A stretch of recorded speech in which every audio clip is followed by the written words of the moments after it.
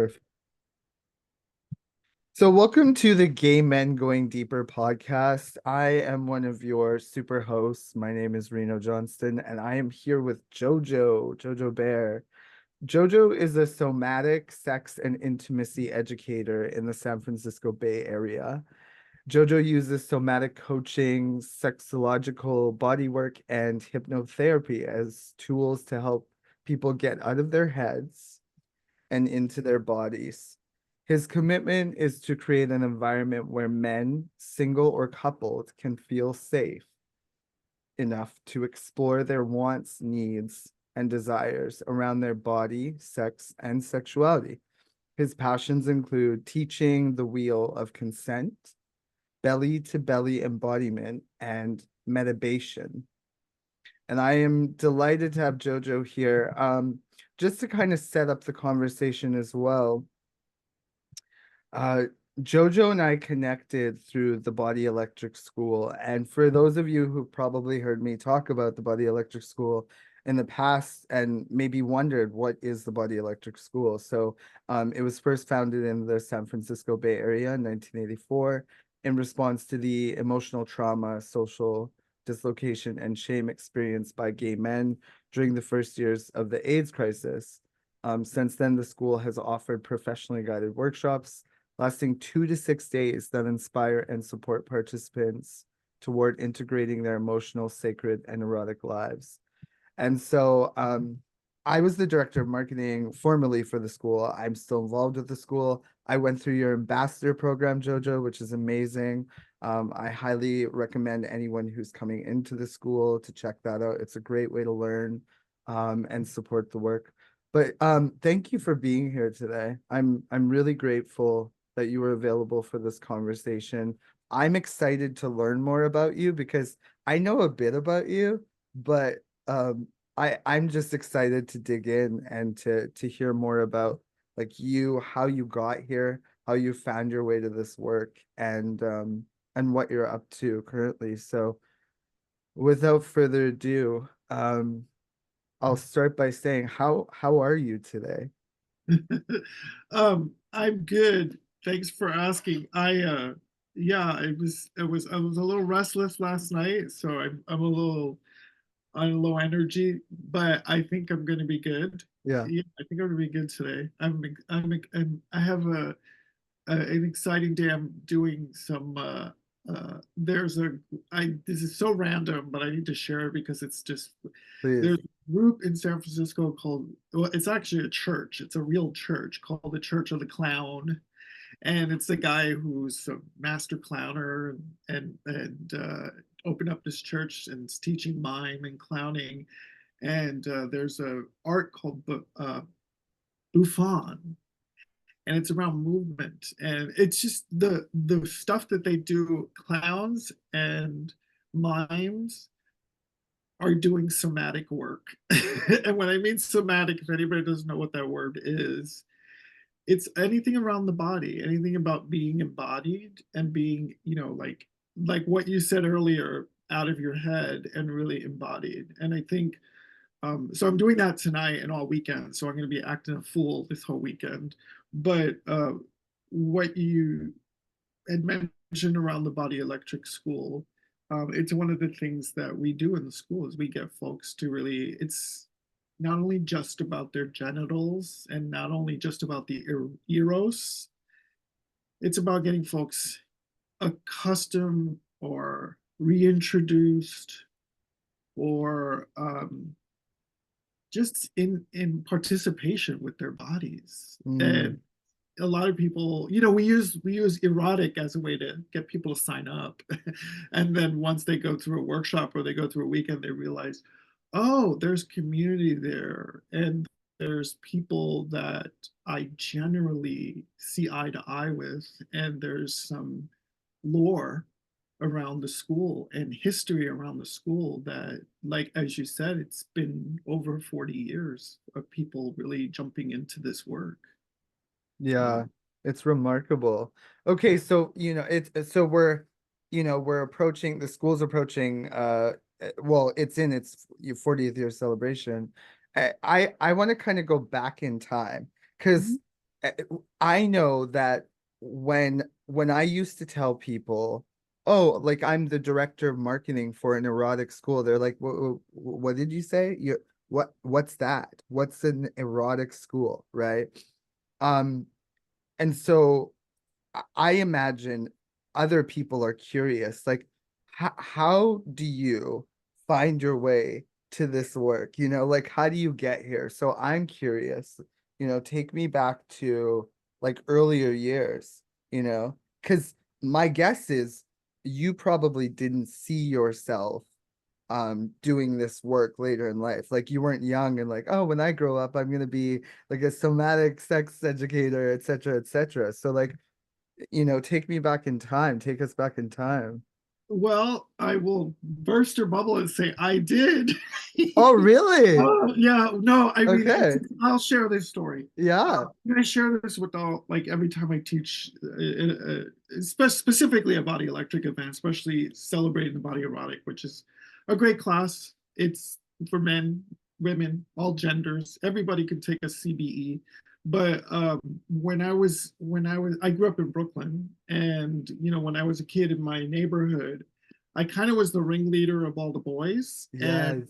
so I used to get all the boys to come to my basement. We used to undress. We used to listen to music. We used to dance around, undressing each other, rubbing up against each other's bodies. It was all very innocent. We were all the same age. So if anyone has issue with that, relax. It was very honest, curious, interesting. And so I did that for a long time. Every summer it was just kind of like my thing. And then, of course, my mother shows up one day and shames the fuck out of me. And then that was the end of that. But um, I've always, since I was a kid, I've always been like I always like being the ringleader or the person that's setting up something or that's creating something, whether it's a story, whether it's a yard sale, whether it's so I was always that kid. And even in high school, I was that kid. And so I've always had that sense. What did that look like in high school? Well, in high school, I want to say I'm really unique compared to a lot of my peers. High school, if I could go back to a period of time, I would go back to high school because high school I had fun. I came out at an early age, and I had boyfriends and I had drama and I had hormones. What year would that have been? This was from 88 to 92. Now, okay, that I am like how that must have been a big deal back then. Yeah, and if anybody knows Brooklyn, I went to high school in Bensonhurst. That was like Guidoville. It was just like all straight jockey dudes. But I Wow. fortunately went to a school that was the benefits of growing up in New York was that the school system, I mean, when I was there, it was great. The school systems were so integrated with so many different cultures. I had everybody in school: Black, white, Chinese, Asian, South Asian. I had friends of all different races and colors. And, it was what it was. And so I had a lot of, you know, opportunity to be around a lot of people. Fortunately, there was other queer people, and we gravitated towards each other, and we kind of hung out, and there was enough of us to have frenemies and, and to have like, the best girlfriend and the frenemies. And so that was it. I think what helped me out immensely was um, when I was coming out, and that was a really big period of time, like of HIV and AIDS, and safer sex was like the thing. I mean, I was terrified of it, but it didn't stop me from, experimenting and having like, emotional entanglements with people. What had helped me a lot was I got um one, I had a lot of mentors. I had a lot of older folks. And when I say older, I mean like 30s, 40s.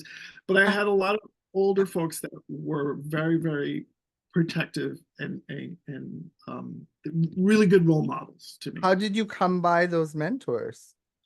Well, I mean, I've always, it was either like, I would be attracted to some older guy Yeah. that Yeah. 30 or 40, and then I would meet all these people. I really, um, I don't have that experience of being taken advantage of around with older people. Like for some reason, I just feel like maybe it's the angels, the higher powers, or whatever, that I just had a lot of folks that were just like, I want to help you, or I want to be around you. And so, and I know that's not the case for everybody, right? And it wasn't like I didn't avoid shady places. I was at some pretty dubious places. I think one of the other thing that helped me was I met this dude. I don't know why I just said dude. I met this queen that was I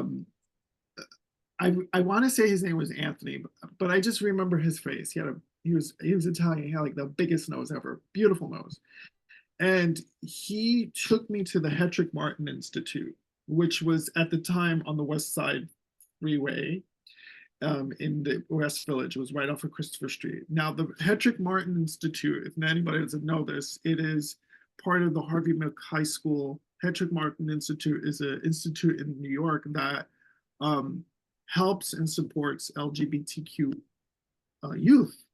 And this was back in the day. They had like a ramshackle kind of space right across from the piers. It was very funny, and they basically had a drop-in center for teenagers from all over the boroughs. And so I would just show up, and I kid you not, there were like queens that used to walk balls that used to be there. There were, kids from Staten Island, kids that got kicked out of their homes, drag queens. I mean, this was like, and all under, it was from, 21 and under. So I got to meet all these like New York urban kids and kids that didn't have the same privilege as I did. They would come out, get kicked out of their homes. Um, and then they had a high school there, and it was a high school for kids that didn't want to be in the regular public system. I didn't do that, but I took advantage of a lot of the drop-in stuff, and I took a coming out class. I took, they supported Wow. us immensely, and I feel like I look back, and at the time of I didn't think of it, but I look back and I think, wow, like I really landed in some really awesome spaces, that has helped me today be who I am. Yeah, I'm gonna ask you kind of a like a related question, but a sort of curveball question, which is, um, what do you attribute that to? Like, eh, are you a religious person? Were you ever a religious person? Are you a spiritual person? How do you identify? And like, what do you attribute this, I'm gonna call it grace to? What would you say? Well, it's been a practice for a long time. I mean, I grew up. We were very religious in the household. I did go to Catholic school for like Okay. a minute, and church for my family. So my mother, who was like off the boat Sicilian woman, like she was very like God throws thunderbolts she was very Zeusian God. Like, you're bad and you're gonna go to hell, and the gods are gonna, whatever. And so there was a lot of like, I don't know, if you would look at the Bible, it would like at the end of the Bible stuff coming from my mom's mouth. Like it was just like, we're all gonna die and you can't trust anybody, and but she never went to church. And my father, it was just not, it wasn't religion wasn't like so pushed in our faces. So like I kind of grew up kind of, I want to say agnostic-y, like just kind of I believed in it, but I really truly also bought into the whole thing that like because I'm a fag, I'm bad. Or, like I never thought about that with masturbation. That was just never the case. But I think being gay, like I'm bad, but it also didn't wreck me because I have worked with clients and I've worked with lots of people that they have way more religious trauma. Like for me, it was just kind of like, all right, like I'll probably go to hell if there's such thing as heaven and hell. But over time, I had I'm in recovery, so I've been sober for a very long time. And, Congratulations. at an early age, I got sober, and so which I needed to, and so one of the things, with going to 12-step program is this kind of relationship with a higher power, relationship with like something more than you, and I realized over time, and I'm still agnostic, but uh, through several years in my life, I decided to like, delve into a lot of other stuff. I went to a gay Jewish temple for a while in LA. I went to Vedanta Center. I went to meditation. Like I started like trying to figure out where do I belong, Mm. right? Like what religion do I belong to? And I was always envious of like, I had a lot of queer people in my life. They're like, you know, I do meditation. I went to India. Now I pray to Ganesh every day. And I have folks that I know that they've converted to Judaism, and, they're celebrating the holidays. Like I see a lot of friends like that. And I used to envy them. I used to be like, I wish I had that feeling of connection to religion. And then I realized that what's possible for me is that if I just practice like the difference between fear and faith, Mm. and so like I could either walk around my life feeling scared all the time and not trusting and not knowing, or just have this faith that like, okay, our lives are temporary and very temporary. And I just kind of go on that road of like, all right, I generally by default am more of a like nervous, kind of anxious person. And so I think, do I just want to be like that all the time? And has that benefited me in any way? So when I think about if I had to put myself in a category, it's like, yeah, I'm kind of spiritual, but that even seems egotistical. I would say that like I when I talk to folks like this that are having a dilemma around religion or higher power or God, some people you can't even say the word God in front of because their assholes tighten up. What I usually say is, do you believe in gravity? And they're like, yes. I'm like, can you see it? They're like, no. Can are you experiencing it right now? Yeah. I said, if we didn't have it, honey, we'd be up in the fucking stars. We'd be icicles, up in the zenith. And so I just said, so, sometimes I just think, oh, gravity's my God. Like that's the best I could do someday is like, oh, I still have gravity. We still have gravity. Because if we didn't have it, we'd be fucked. We'd be on, I don't know, Uranus or Saturn or Pluto. I don't know who. You would say Uranus. I don't know who doesn't have gravity. Yeah, yeah. Wow, wow. Um, there's like, gosh, there's as you're speaking, there's so many threads that I could tug on. Um, so high school, you're, you're going to these workshops, you're diving into this, let's say this space of personal development, let's say you're developing yourself, you're discovering yourself, personal exploration. Um, and then what? Like how do we how do we land on Yeah. Yeah. I mean, like my relationship with Body Electric as a faculty member is shorter than some other folks, right? But I've been, teaching for Body Electric School for a couple of years now. And but I have been teaching for a long time. mm, And the my superpower, I think, is that like I have always been this kind of like sponge of things that I really like. I mean, mm, things I don't like or people I don't like, I just don't have time for it, right? And sometimes I judge myself for that because I think, oh, maybe I should be more, but we have a short life. We have a short life.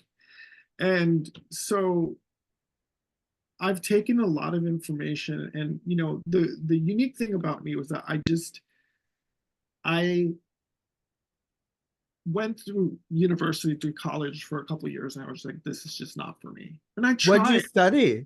uh nothing, philosophy and psychology and yoga, and like it was just, I didn't want math, I didn't want history, like I wanted things that like I was into. Yeah. And I was just like, I can't do this. So I never really got a degree or a university, like, and that, I think, that where if I look back, I'm like, oh yeah, I really, really want to do that. I think I have like enough credits to get it. I just have to take a math class, I think. Oh, But and you're saying you do want to get I it. mean, eventually it would be fun to just have Sure. like, but a certificate's a certificate, right? Yeah. And I guess it could help people get jobs in certain places, but I'm just not the conventional place that's gonna, um, so I learned a lot just by doing a lot of stuff. Like I was just kind of out and about and learning a lot and going and experiencing a lot of stuff, especially when it came to like sex and intimacy and relationship. It's just like, do it. Just do it. Get involved. Get into messy relationships, breakups, makeups, be jealous, be insecure, discover, oh, am I a monogamous person? Am I non-monogamous? Like all of these things I learned by doing and jumping in it and not being afraid of it. And so like it's like, oh wow, like I have learned certain things. I learned certain things I don't want, certain things I do want, certain things that like I haven't really accepted yet, that I still may do and still fuck up. But it's kind of like a learning practice. And somewhere along the way, I was living in LA. I was in LA for 15 years. I had went to like a hypnotherapy class. They were offering this course at this pretty well educated hypnotherapy school. And I remember I went and I loved it. And I loved it because it was not only about the hypnosis and the mystery of hypnosis and past life regression and like all this stuff that was just like very woo and very like out there. And but I realized like when one of the teachers, I remember the first day I went, and I don't know why I volunteered because I'm not the first person to volunteer for things. I like observing everything before I can like and I volunteered and he put me in hypnosis and it was just like, oh my God, this feels so good, right? This feels wonderful, right? I want to learn how to do this to people. And so I went and I took this course over a year and a half and I learned how to be like a clinical hypnotherapist. But that said, I still was like, oh, there's something more here, right? It was about languages, guided imagery, it was helping people. It checked every box. And then what did I do? I put my shingle out after I got my little fucking piece of paper because you spend all this money to just get a piece of paper, really. And um and people started, this was in West Hollywood at the time, and if anybody's listening, West Hollywood was way gayer before Vanderpump joined in. Yeah. uh, so it was very gay, it was very queer, it was very cheap, you could afford stuff there. um and I ended up like putting my shingle out. I rented a little space from a therapist, and they basically all these folks started calling me up about sexual stuff, like not like sex work, but like literally, I'm having erectile difficulties, can you hypnotize me to help me? I'm like having troubles with my partner, can you hypnotize me? Can you, like, it was just like, whoa, like I learned how to help people quit smoking and get on planes and fear of heights. And I thought I had all this clinical work, and then yet all these people were coming to me for sexually related issues or erotic issues. And I told a mentor at the time, and he just said, maybe this is maybe this is like what you're putting out. And I was like, I'm not, like, and so from there, I just went from doing that to teaching. Like, I don't know, I just landed into, like, I started getting booked for a lot of different men's retreats and festivals and stuff. And I was just Were doing you really listed somewhere or how did that work? well. No, it's just I was always like a hustler. I was always like telling people, oh, this is what I'm doing. And and people would just be like, oh, do you want to teach a class? Do you want to teach a class? I think there's a group called California Men's Gathering. They One of the guys said, hey, do you want to teach a class, not at a gathering, but independently in West Hollywood? I was like, sure. And I just thought, oh, nobody's gonna show up to this class. It's hypnotherapy for shy for I did it was hypnosis for shy men, right? I think that was the name of the class. It wasn't anything interesting. And we had like 40 guys show up. And I was just like, okay, there's a lot of shy people, lots of introverts. And from there, I just started doing a lot of workshops around that. And I started kind of getting into the flow of, like, teaching and instructing and being in that environment. And from there, I remember I went to a men's festival and I was teaching hypnosis classes all the time, right? I was doing hypnosis for sex issues, hypnosis and it started kind of tapering off because I think everybody just was just like, okay, this is great, it feels good, but and so as a joke, I thought, if you put naked or nude in front of anything, you'll get people. It's just hands down. Like, there's a lot of horn dogs and there's a lot of naturists and people that just want to be in the buff or have permission to be naked, right? I think that's the biggest thing. People want to have that permission. And so I'm doing a nude hypnosis class. And I'm going to tell you, to this day, it was just like, I couldn't believe how many people showed up. It was like, I had to bring more chairs out because there was just so many guys there. And then I just started doing more stuff around nudity and sexuality without not necessarily having it was it wasn't as interactive as like body electric classes were, but a lot of people were getting a lot of stuff out of it.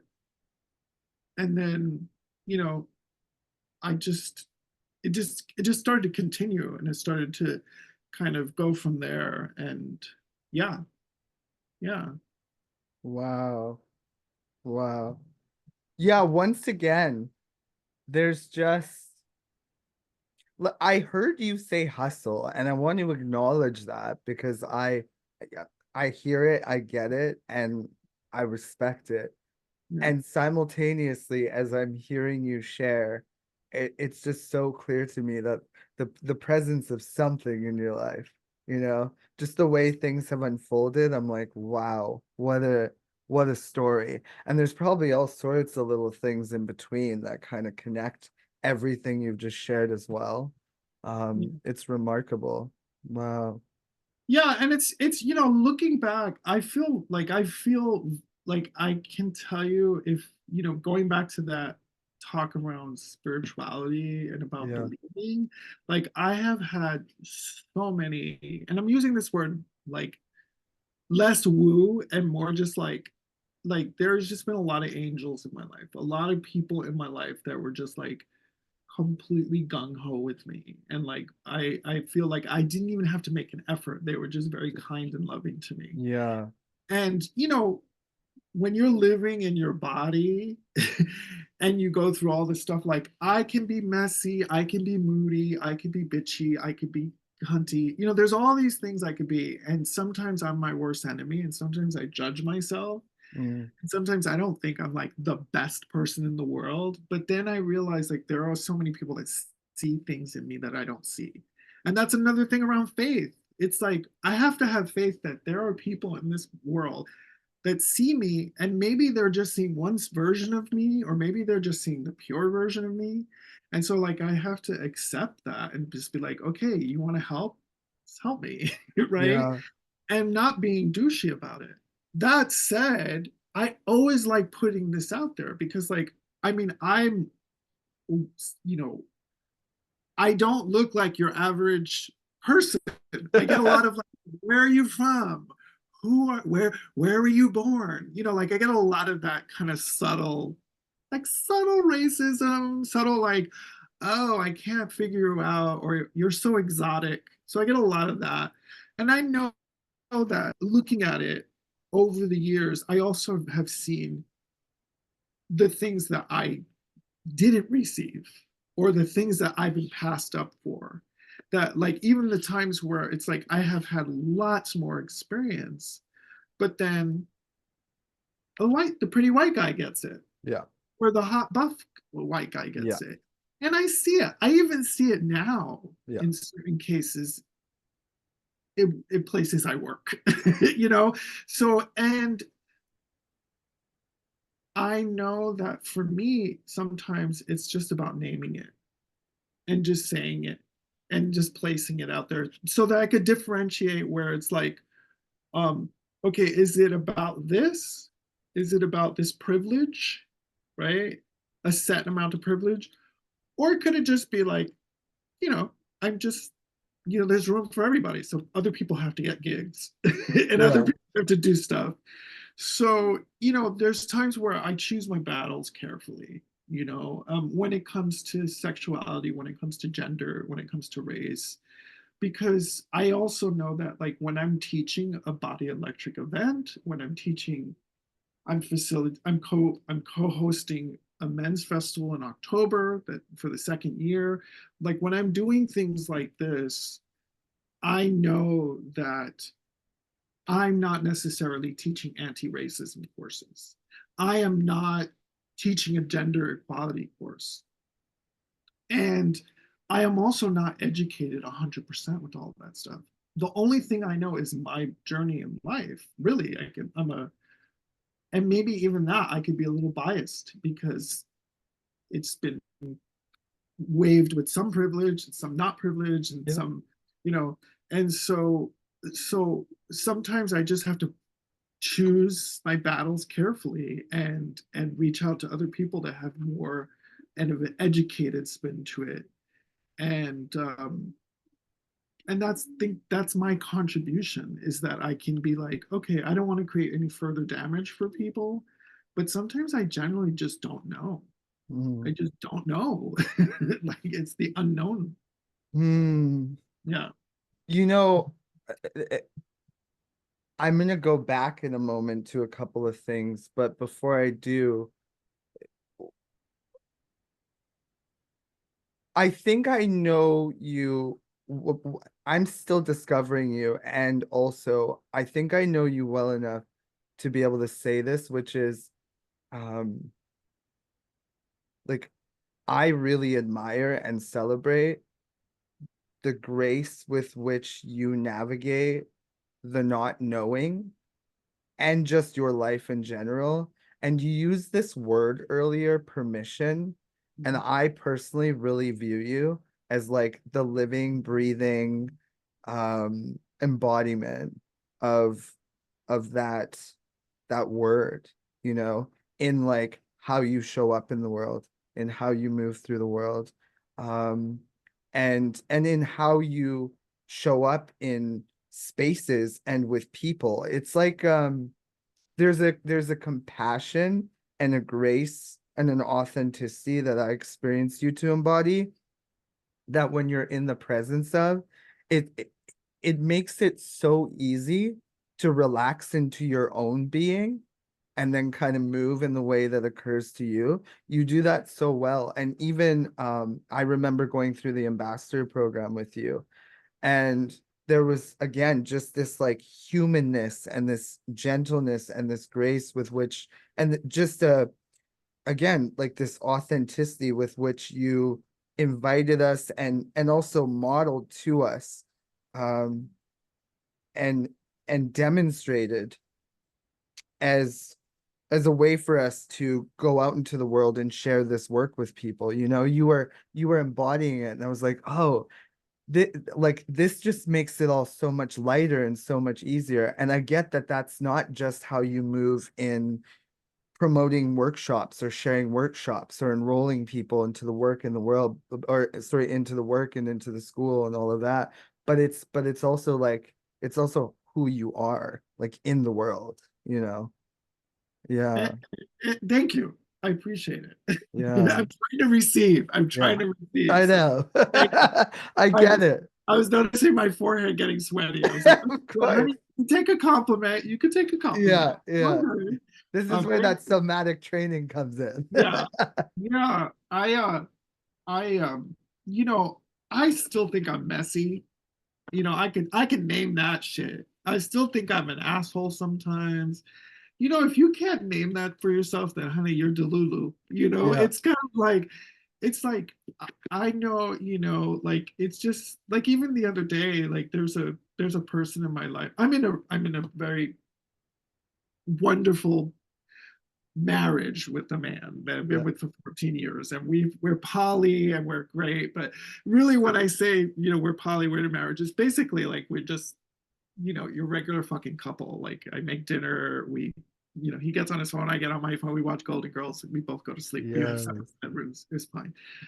And there's this really interesting man that's resurfaced in my life, and of course I'm like, I'm all this cool, calm, and collected person, and then I'm like, oh, he hasn't called me back, or he hasn't messaged me, and the feels of insecurity and like all that stuff, and I'm like, oh my god, I could flip in a dime. I could flip so quickly from this like, oh, I got it all worked out to like I'm a mess. And that's the human experience. Like, I mean, people are people, and like we have just a shitload of emotions and stuff.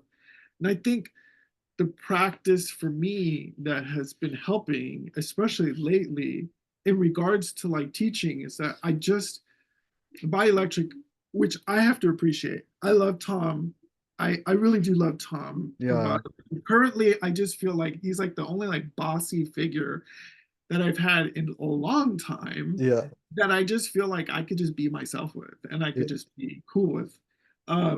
And I said I wanted to teach like a facilitation workshop, and it's just been like I like mentoring and I like teaching other teachers. That's like my thing. Like if I had to make that like a full-term time business, I would probably be happy as hell. And so I taught this course, and you know, and of course, you have like this kind of structure, this flow, but it's really what it comes down to. It's like who's in the room, who's around, like who's showing up. And so I like that participatory kind of like, let's be in the moment and not be so rigid. And I think what has helped me, and I think what's benefited me, is that with Body Electric, there's a lot of workshops that have been around for, since the Jurassic period, right? And I could teach some of them with my eyes closed. But for a long time I was teaching alone and creating classes and like getting payment, putting it on, you know, uh, all these sites to get people and wrangle everybody together. So I kind of learned a lot of different things, like how to approach people, how to do this, how to do that. But what had happened a couple of years ago, the Body Electric School was kind of um, its hub was kind of in the Bay Area. And so I lived kind of in its hub. And they had Joseph Kramer started a men massaging men night. This was probably like 30 years ago. And a lot of the greats took it over. There was just a lot of Joe Kramer, Joe Weston, there were just all these people. And I would go, and this was even before I went to a Body Electric class, right? I would go and I would enjoy myself and I'd learn all that stuff.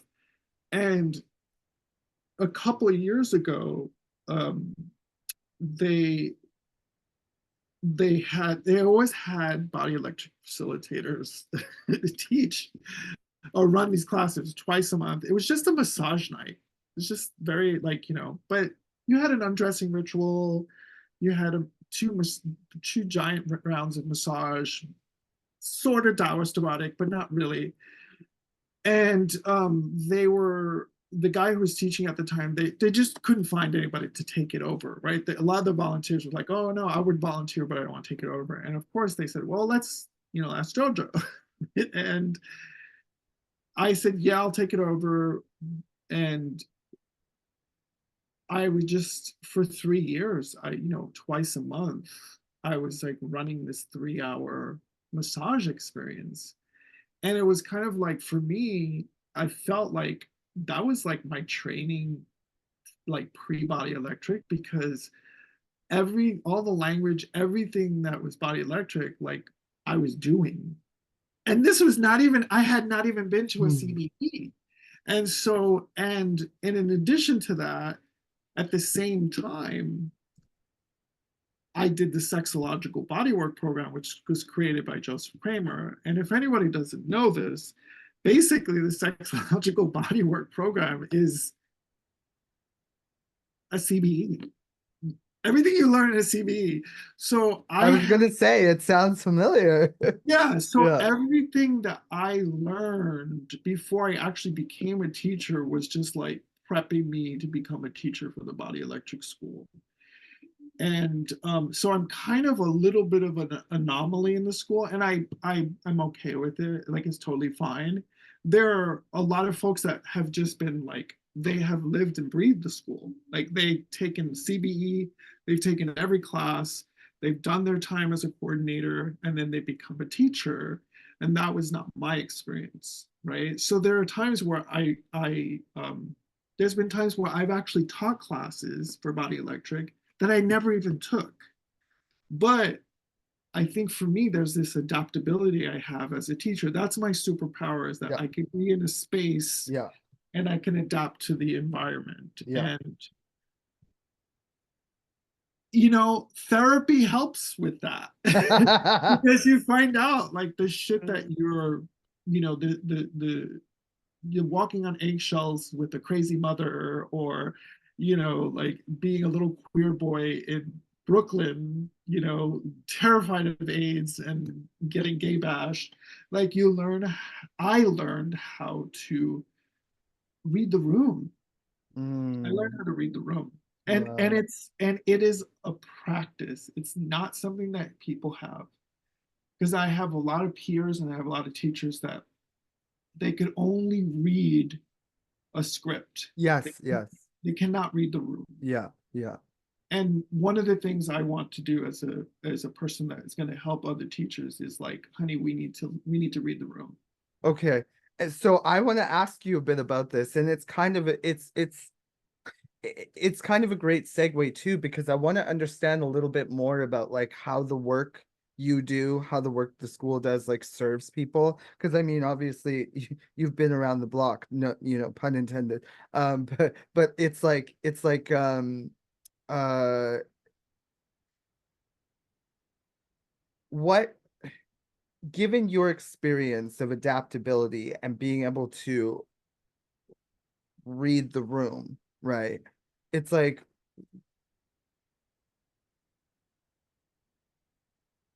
what do you notice makes that possible? Because I heard you say it, and immediately I go into my body, right? I'm like, okay, well, my own somatic awareness, my own capacity to settle into my body, for me at least, is what has helped me become like being relaxed in my own body, in my own being, and my own experience seems to be what helps me be able to read the room and adapt, right? And also loads of experience as a child growing up and being in environments that were like not always safe, not always stable, etc., etc. So anyway, I'm curious, yeah, what have you noticed about what makes that possible?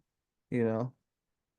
Yeah, I think, well, I think like for the regular civilian that doesn't know how to do it, I think it's a twofold thing. Is that you kind of have to, I mean, you have to notice body language, like notice people, but it's more specific.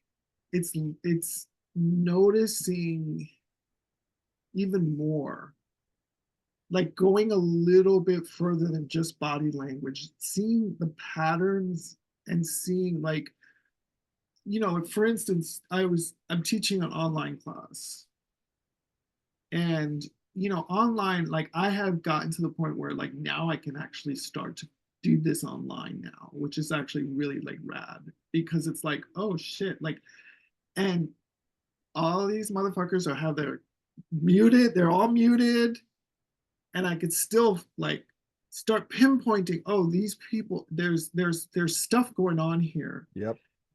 And and so learning some body language, but also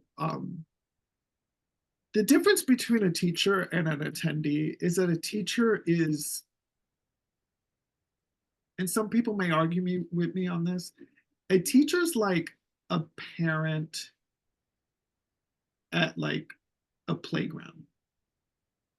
That you could sit down and have your little quesadilla or whatever you're eating on the bench, and your child's playing, and you're eating and nourishing yourself, and you're taking care of things, but you're also observing, like, is my baby okay, right? Mm-hmm. And so sometimes at being in class or being in this space, it's like, okay, everybody's doing their thing and it's theirs, doesn't belong to me anymore.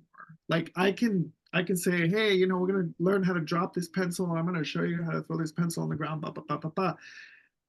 Once it comes out of my mouth and I show somebody just, oh, this is how I do it, it doesn't belong to me anymore. And so a lot of times, I think a lot of times unskilled teachers are so invested in their ego and so invested on how fabulous I look and so invested in getting people to want to love them so much, which I have all of those. So I'm not immune to that. But there are times where it's just like at the end of the day, it's kind of like, I don't need to be a savior. I don't need to take care of you. I need to like know that you're cared for, right? That like if you fall, I will be there, right? But I'm not going to anticipate you falling Mm-hmm. and like hover, right? I don't want to be like the insecure girlfriend, right? Like I just want to be like, yeah, you're learning something, right? And so the benefit that I've had is like I've worked alongside, and if you would have told me this 10 years ago, like, I mean, I'm going to be teaching with Joseph Kramer. I'm going to be teaching with Colin Brown. Like if you would have told me this 10 years ago, I'd be like, oh, no, no. But like, it's like there are people that I really admire and appreciate, and I'm going to be teaching with them side by side. And I'm collaborating with them. And it's like this real beautiful like relationship that ends too. Like working with somebody, there's an end point. You may work with them again, but it's like it really is like cohabitating in a relationship. And I've learned a lot from doing that. So like I'm not afraid to team up with people. I also have learned that like I don't want to work with certain people, right? There are people that I may not like, I don't trust, right? Or I don't um or my nervous system feels dysregulated around them. Mm-hmm. What I've also learned is techniques to get around that too. Is that like sometimes I have to name shit.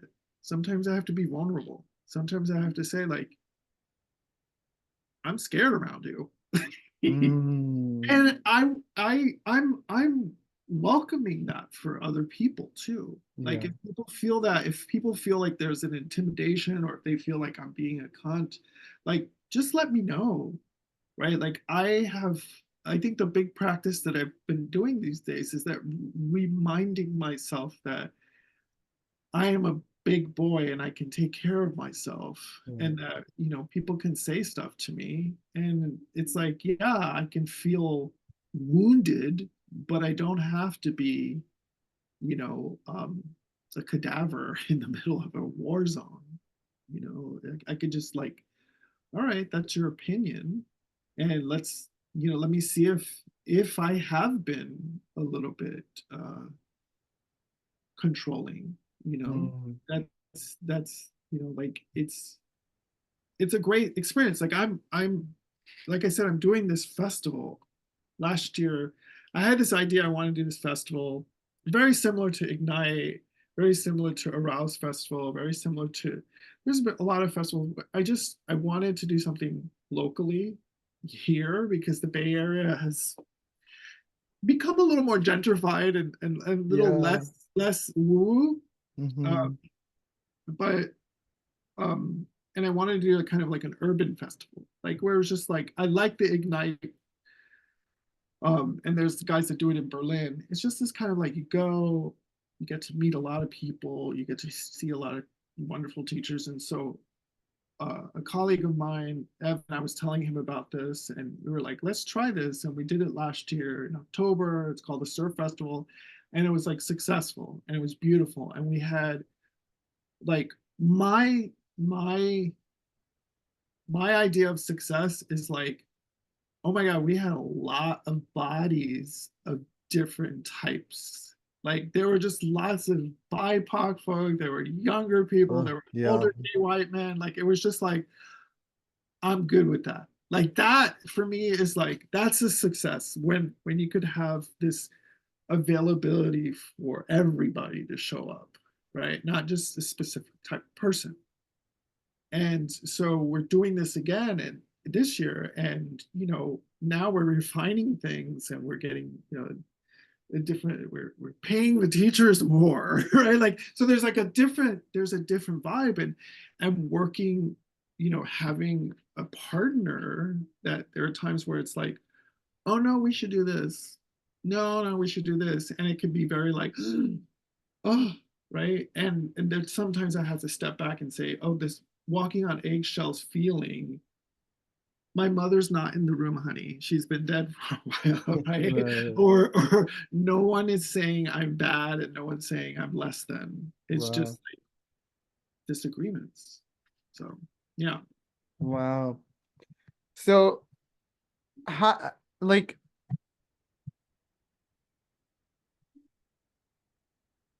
your work,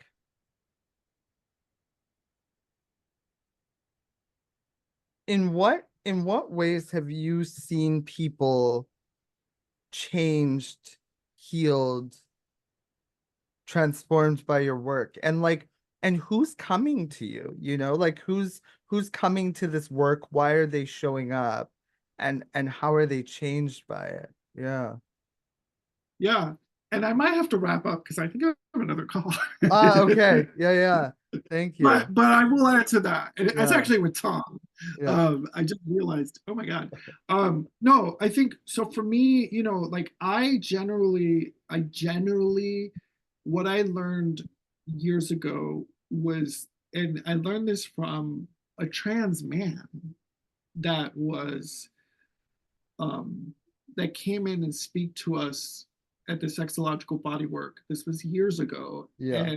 and they said, when you finish this program, you're gonna want to work with pussies and cocks and do cock strokes, and you want Yeah. to teach orgasmic yoga, and you want to do all this stuff.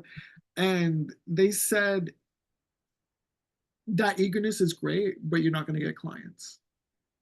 You're going to have to find new people. You're going to have to find the specific folks that you need to work with and that you can work with, right? And so for me, it was just like, oh, that's a no-brainer. Like I'm just going to work with over 40-year-old gay men, right? That Mhm. was my first thought. Like, and the more specific I got, the more clients I got, right? And so it's kind of like it's the opposite of a Greek menu.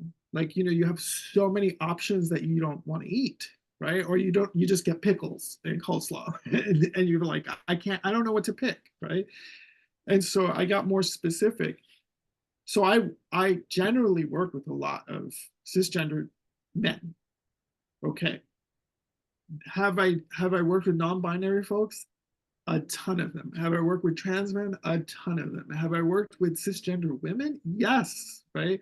So people just come into my life and flow. I'm specific about who I could work with because that's what I know. Yeah. And it would be a disservice to people if I say, well, I'm really skilled at this and don't know it, right? And so luckily, I've had the opportunities to work with trans men and non-binary folk, and they have educated me. So there are times where like I break the third wall and just be like, okay, you need to explain this to me. Like, can you tell me your story, tell me your history, tell me what what this means for you, right? It's Mm. because it's like, I don't know. I don't know. It's kind of like when I talk to, this happened years ago. So my husband's white. He's a white dude, right? He grew up in Missouri and has lived in the Bay Area for years. And one day we were at like I was looking, I didn't have my glasses on. I didn't look like Allen Ginsberg. I looked more thuggy at the time. I had a hat on and a sweatshirt. And we went into a store together and a security guard followed me, right? Which is like most people don't realize, like, security guards, police officers, all of these, like, it's just, I noticed them. I noticed Of them. course. You know Yeah. what I'm talking about. Yeah. And so, especially in the United States here, I mean, it's like even more. And so I remember this dude's like following me in the store. And like I was fucking with him. I was just like, I was fucking with him, but I also felt the shame Yeah. and fucking like, oh my God, like, why are you doing this to me? Like, should I pull out my money or my credit cards? Like, what do I have to do? And then I remember telling my partner when we drove home, and he didn't get it. Like, he got it, but didn't get it. He's like, are you sure? And I know that that's some of his bullshit and racism and whatnot. Yeah. But it's like, like some people, like there's just, what I was trying to say is that like there are just some things that I don't get. Mm. Like I am in the same category as like my husband was. Like, I don't get your story. I don't get the way you've lived. I don't get, but what I'm trying to do and what I'm practicing all the time is like bringing this openness to my body and to my heart and say like, okay, well, tell me your story, Mm. because I also know how to be othered, and I also know how to be like this sensitive queer boy. So there are things that I do know, and there's some empathy that I can feel, and there's some otherness that I can feel. So it's just about being open, and also knowing like what can I handle? Mm. Like, what can I handle? What can I be the best at? As opposed to like, I'm going to teach every single body electric class, right? More is more like, maybe I'm going to teach the classes that I'm actually really good at and that Yeah. I can actually help people and get people's money's worth from the class. Mm. Yeah. Wow. Well, I mean, on that note, Jojo, I I've been gushing this entire time. Like I think you are so, so remarkable. And I mean, we could have had this conversation for another 2 hours, like there's so much. It's so rich. You're so rich. Your life is so rich. Your story, the work you do, it's amazing. So I just want to say thank you so much for being here. I cannot, like, for those of you who've been listening, I mean, go down the JoJo rabbit hole, go down the body electric rabbit hole. I like it's so worth it. I speak from experience, and thank you for who you are and for what you bring to this world, JoJo, and thank you for this beautiful conversation. Yeah, and I just want to say, like, if you want to check out just go to my website, and Yeah. that's somaticguideformen.com, and that's the number 4. Don't ask me, but and I'm just like, I don't mind people reaching out. Like, I'm not this kind of queen that's just like, you have to pay me to, like, like if you have a question, or if you like you need, like, of course I want to help you if you need mentorship or something like that. But it's like, I'm not mysterious in that way. Like, you could reach out to me on social media, like like, I'm totally cool. Like, and if I, yeah, just reach out if you've Yeah. heard something you liked, and if not, thank you for listening. Oh, yeah, thank you. And I'll be sure to, that Yeah, the links are all going to be there to your yeah, website, your Instagram, and your world, which I just got to say real quick is like this beautiful, in my experience, this beautiful mix of like the work you do in the world and then this like beautiful cheeky playfulness as well. I've seen some of your like TikToks and things like that, and it's just so good. So if you're watching or listening right now, like just go down the rabbit hole, go check it out. Thank you, my dear. Thank you, JoJo. We'll see you soon. Thank Mwah. you.